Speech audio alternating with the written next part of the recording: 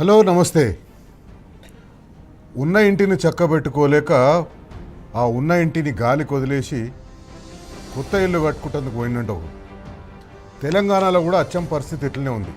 నిన్న మనం మాట్లాడుకున్నాం ఉన్న సిటీని హైదరాబాద్లో నివాసం ఉంటున్న వాళ్ళని గాలికి వదిలేసి నివాసమైన సిటీని గాలికి వదిలేసి ఫ్యూచర్ సిటీ కడతా అని చెప్పేసి బయలుదేరిండు ముఖ్యమంత్రి రేవంత్ రెడ్డి.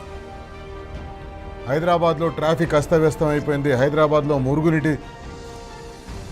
మురుగునీటి అస్తవ్యస్తం అయిపోయింది. హైదరాబాద్లో పారిశుద్ధ్యం అస్తవ్యస్తం అయిపోయింది. ఇవన్నీ పక్కకు పెట్టేసి, ఎందుకంటే మున్సిపల్ అడ్మినిస్ట్రేషన్ మినిస్టర్ కూడా ఆయనే ఉన్నాడు, పురపాలక శాఖ మంత్రి రేవంత్ రెడ్డి ఉన్నాడు. హైదరాబాద్ని పట్టించుకుంటలేడు. హైదరాబాద్ని పట్టించుకోవడం బంద్ చేసి కొత్త ఫ్యూచర్ సిటీ కడతా, సింగపూర్ న్యూయార్క్ లాగా సిటీని కడతా అని చెప్పేసి బయలుదేరిండు. అచ్చం అట్లనే ఆయన దగ్గరనే ఉన్న ఇంకొక శాఖ విద్యాశాఖని కూడా ఇదే రకంగా ఉన్నది సరిచేయలేక, ఉన్నది నడిపించలేకపోతున్నాడు. కానీ కొత్త ఏదో చేస్తా అని చెప్పేసి బయలుదేరిండు. పాపం గవర్నమెంట్ స్కూల్ టీచర్లు సోమవారం నుంచి స్కూళ్ళు మొదలవబోతున్నాయి. నిజానికి స్కూళ్ళు ఈరోజు నుంచి మొదలు కావాలి, కానీ దీన్ని సోమవారానికి వాయిదా వేసింది.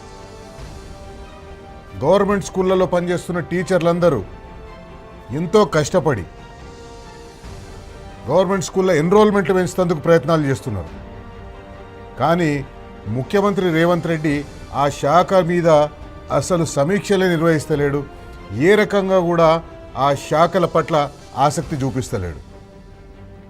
పేద విద్యార్థుల చదువులు, గవర్నమెంట్ స్కూళ్ళల్లో చదువుకునే విద్యార్థుల చదువులు గాలికి పోయినా పర్వాలేదు అన్నట్టు చూస్తున్నాడు. సరే, గవర్నమెంట్ స్కూళ్ళల్లో చదువుతున్న విద్యార్థులు వాళ్ళని పట్టించుకుంటలేడు. గవర్నమెంట్ స్కూళ్ళల్లో ఇట్లా పట్టించుకుంటలేరు కాబట్టి అప్పో సొప్పో చేసి వచ్చిన ఆదాయంలో ఎంతో కొంత తీసి పిల్లలను ప్రైవేట్ స్కూళ్ళకు పంపిస్తేందుకు తల్లిదండ్రులు సిద్ధమవుతున్నారు. మనకు ఒకసారి తెలంగాణలో కాంగ్రెస్ పార్టీ వచ్చిన తర్వాత డ్రాప్అవుట్ రేట్, అంటే స్కూళ్ళ నుంచి గవర్నమెంట్ స్కూళ్ళ నుంచి వెళ్ళిపోతున్న వాళ్ళ సంఖ్య, దీన్ని డ్రాప్అవుట్ రేట్ ఎందుకని, గవర్నమెంట్ స్కూళ్ళ నుంచి వెళ్ళిపోతున్న వాళ్ళ సంఖ్య గణనీయంగా తగ్గిపోయింది. తెలంగాణ రాష్ట్రం ఏర్పడ్డ తర్వాత 2024-25 తర్వాత ప్రైమరీ స్కూళ్ళల్లో 9,77,864 మంది విద్యార్థులుంటే అది ఇప్పుడు 9,03,556 మంది విద్యార్థులకు వచ్చింది. అంటే 74,308 మంది విద్యార్థులు గవర్నమెంట్ స్కూళ్ళ నుంచి వెళ్ళిపోయినారు. గవర్నమెంట్ స్కూళ్ళల్లో చదువుతలేరు.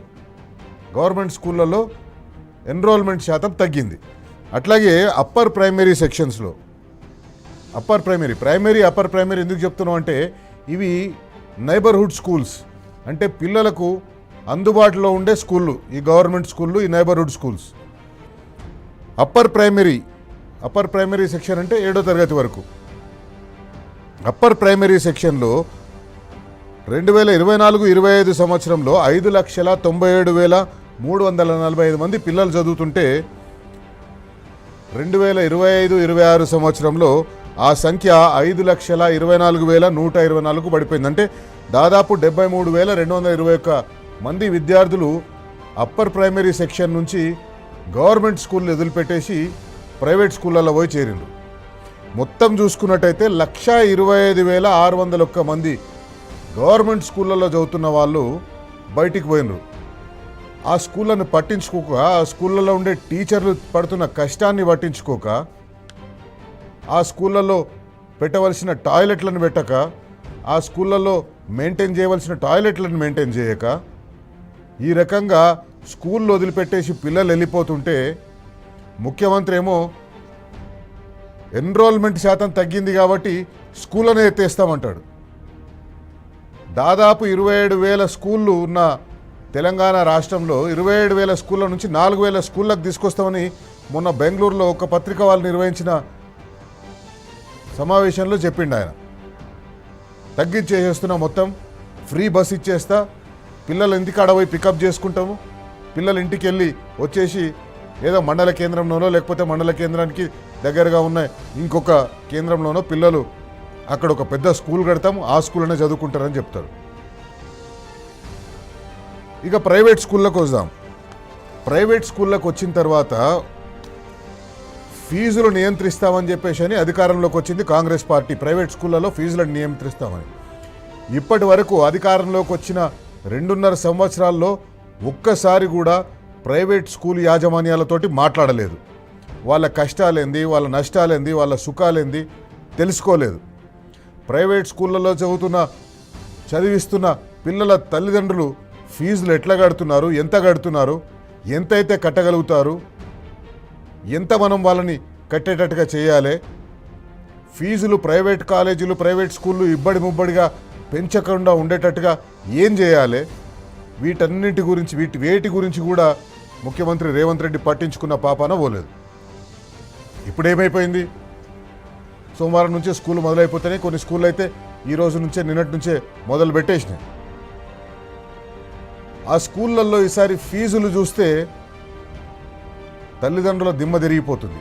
తల్లిదండ్రులు ఆ ఫీజులు చూసి ఈ ఫీజులు ఏం ఫీజులు ఇవి, ఎట్లకెళ్ళి కట్టాలి, ఏడికెళ్ళి తీసుకొచ్చి కట్టాలి.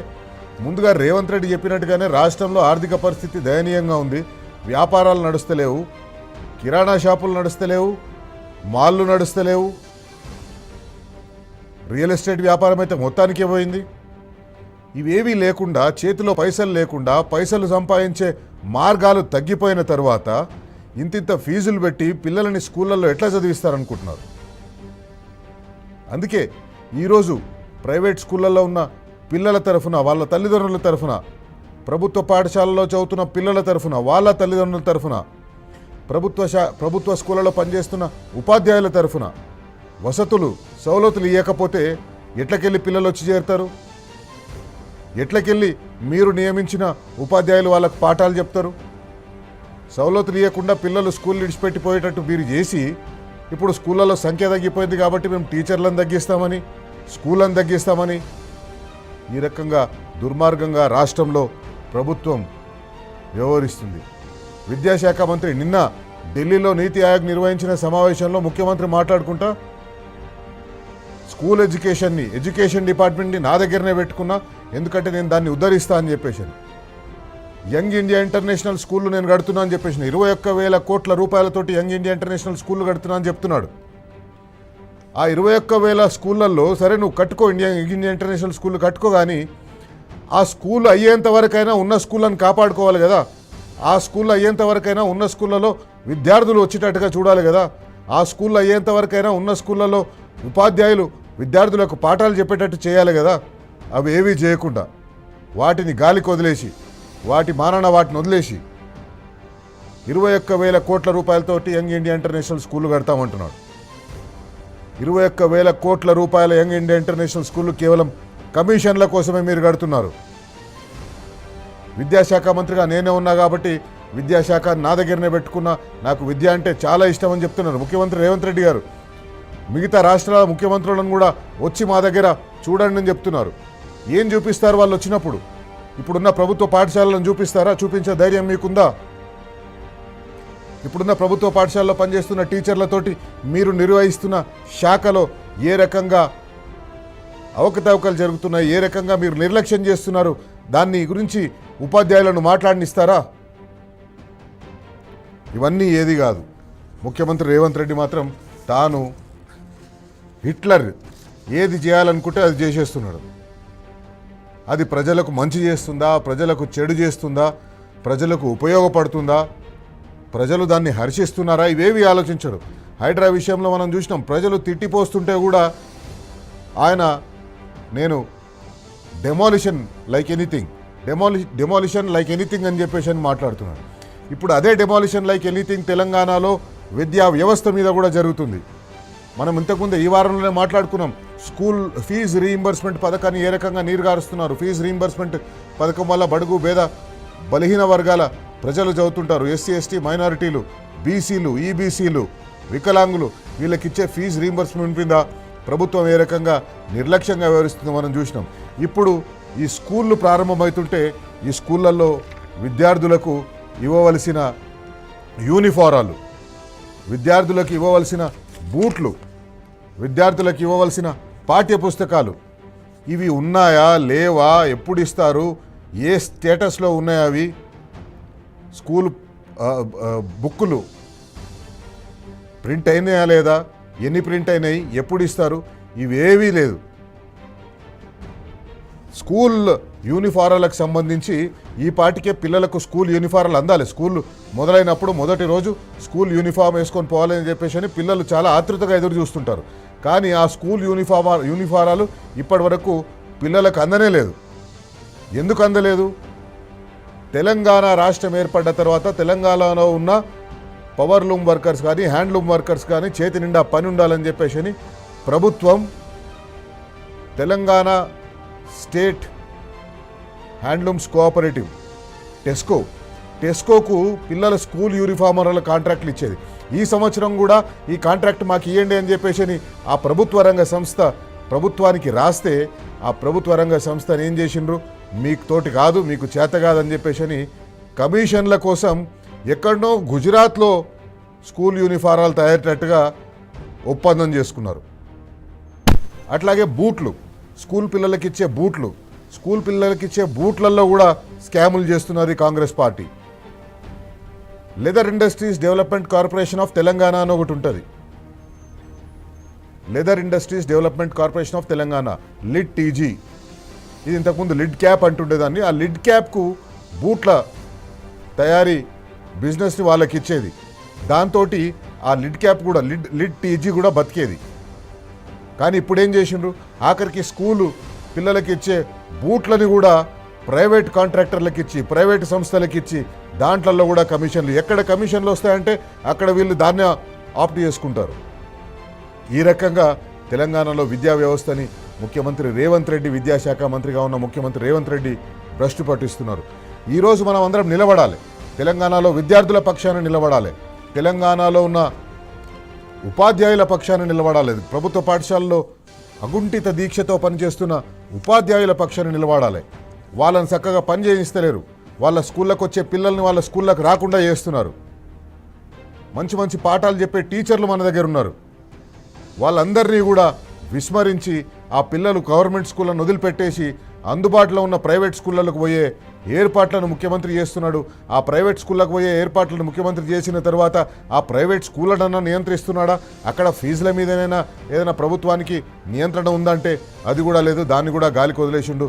స్కూళ్ళు ప్రారంభానికి 15-20 రోజుల ముందు ఒక ముఖ్యమంత్రి అనేవాడు లేదా ఒక విద్యాశాఖ మంత్రి అనేవారు ఒక సమావేశం ఏర్పాటు చేసుకోవాలి అందరితోటి, స్టేక్ హోల్డర్స్ తోటి, టీచర్లతోటి, ప్రైవేట్ స్కూల్ యాజమాన్యాలతోటి, గవర్నమెంట్ స్కూల్ టీచర్లతోటి. కానీ ఇవేవీ చేయలేదు. ఈ స్కూళ్ళ ఫీజు నియంత్రణకు సంబంధించి పేరెంట్స్ అసోసియేషన్ ఉన్నాయి.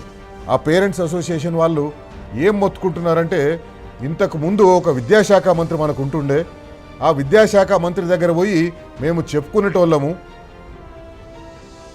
అయ్యా ఈ సంవత్సరం స్కూల్ ఫీజులు తక్కువ పెంచేటట్టుగా చూడండి, ఈ సంవత్సరం స్కూల్ ఫీజులు ఇబ్బడిముబ్బడిగా పెంచకుండా చూడండి అంటే ఆ విద్యాశాఖ మంత్రి ఆ స్కూల్ యాజమాన్యాలు పిలిపించి మాట్లాడి ఎంత సహేతుకమో, ఎంత పెంచితే సహేతుకమో అంత పెంచేటట్టుగా చూసేవాళ్ళు. కానీ ఇప్పుడు విద్యాశాఖ మంత్రి లేడు, ముఖ్యమంత్రి అందుబాటులో ఉన్నాడు. జూబ్లీ హిల్స్ ప్యాలెస్లోకి ఎవరికి పోతానికి అనుమతి లేదు. కమాండ్ కంట్రోల్ సెంటర్లో కూర్చుంటాడు, కమాండ్ కంట్రోల్ సెంటర్లోకి ఎవరికి పోతానికి అనుమతి లేదు. సెక్రటేరియట్లో పోతారు, సెక్రటేరియట్లో పోతానికి ఎవరికి అనుమతి లేదు. మరి ఈ పేరెంట్స్, ఈ ప్రైవేట్ స్కూళ్ళలో పిల్లల్ని చదివిస్తున్న తల్లిదండ్రులు ఎక్కడికి పోవాలి, ఎవరికి చెప్పుకోవాలి? ఎవరికి చెప్పుకోలేని పరిస్థితి ఉందని చెప్పి వాళ్ళు వాపోతున్నారు. ఇది ఈరోజు తెలంగాణలో ముఖ్యమంత్రి చేస్తున్న అరాచకం. అందుకే మనం అందరం నిలబడాలి, తెలంగాణను కాపాడుకోవాలి. మనం తెలంగాణ ఎట్లొచ్చిందో మనకందరికీ తెలుసు. వచ్చిన తెలంగాణలో గత 10 సంవత్సరాల్లో విద్యాశాఖ, విద్యారంగం ఎట్లా అభివృద్ధి చెందిందో మనం చూసినాం. కానీ ఇప్పుడు మళ్ళా తిరోగమన దిశలో తెలంగాణ ప్రయాణిస్తుంది, తిరోగమన దిశలో తెలంగాణ పోతుంది. తెలంగాణ విద్యార్థులకు లభించవలసిన విద్యా సదుపాయాలు లభిస్తలేవు. ఏ స్థాయిలో అయితే తెలంగాణ విద్యార్థులు చదువుకోవాలనో ఆ స్థాయిలో చదువుకుంటలేరు. అందుకే విద్యార్థుల పక్షాన, తల్లిదండ్రుల పక్షాన, గవర్నమెంట్లో పనిచేస్తున్న టీచర్ల పక్షాన, ప్రైవేట్ స్కూళ్ళలో పనిచేస్తున్న టీచర్ల పక్షాన, వీళ్ళందరి పక్షాన మన ముఖ్యమంత్రి రేవంత్ రెడ్డిని బరాబర్ అడగాలి. ముఖ్యమంత్రి రేవంత్ రెడ్డి గారు, ఎందుకు మీరు తెలంగాణలో విద్యార్థులకు విద్యను దూరం చేస్తున్నారు? మీ ఉద్దేశం ఏంది? ఎవరిని బాగు చేయాలని? అటు ప్రైవేట్ స్కూళ్ళని బాగు చేయాలని చేస్తున్నారంటే ప్రైవేట్ స్కూళ్ళని బాగు చేయాలని కాదు. ప్రైవేట్ స్కూళ్ళలో పంపించే తల్లిదండ్రులకు సహాయంగా ఉంటున్నారా అంటే అది లేదు. అందుకే బరాబర్ అడుగుదాం ఈరోజు మన కార్యక్రమంలో ముఖ్యమంత్రి రేవంత్ రెడ్డిని. ప్రభుత్వ బడులు మూసివేస్తా అంటున్నావు కదా రేవంత్, అంటే పేదవాళ్ళు ఎక్కడ చదువుకోవాలి? వాళ్ళు అసలు చదువుకోవద్దా? విద్యాశాఖను నీ దగ్గరనే పెట్టుకొని నువ్వు ఉద్ధరిస్తున్నదిదా? బరాబర్ అడుగుదాం.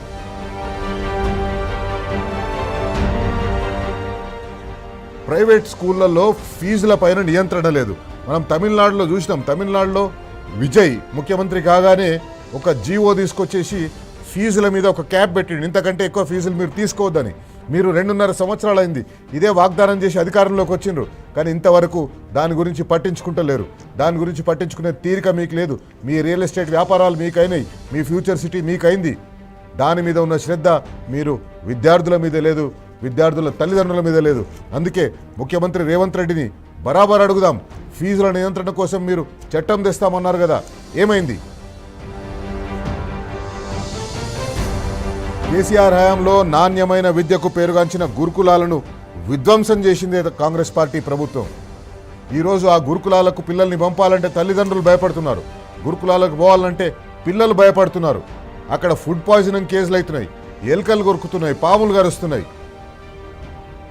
ఇంత నిర్లక్ష్యం ఎందుకు ముఖ్యమంత్రి రేవంత్ రెడ్డి గారు? బరాబర్ అడుగుదాం.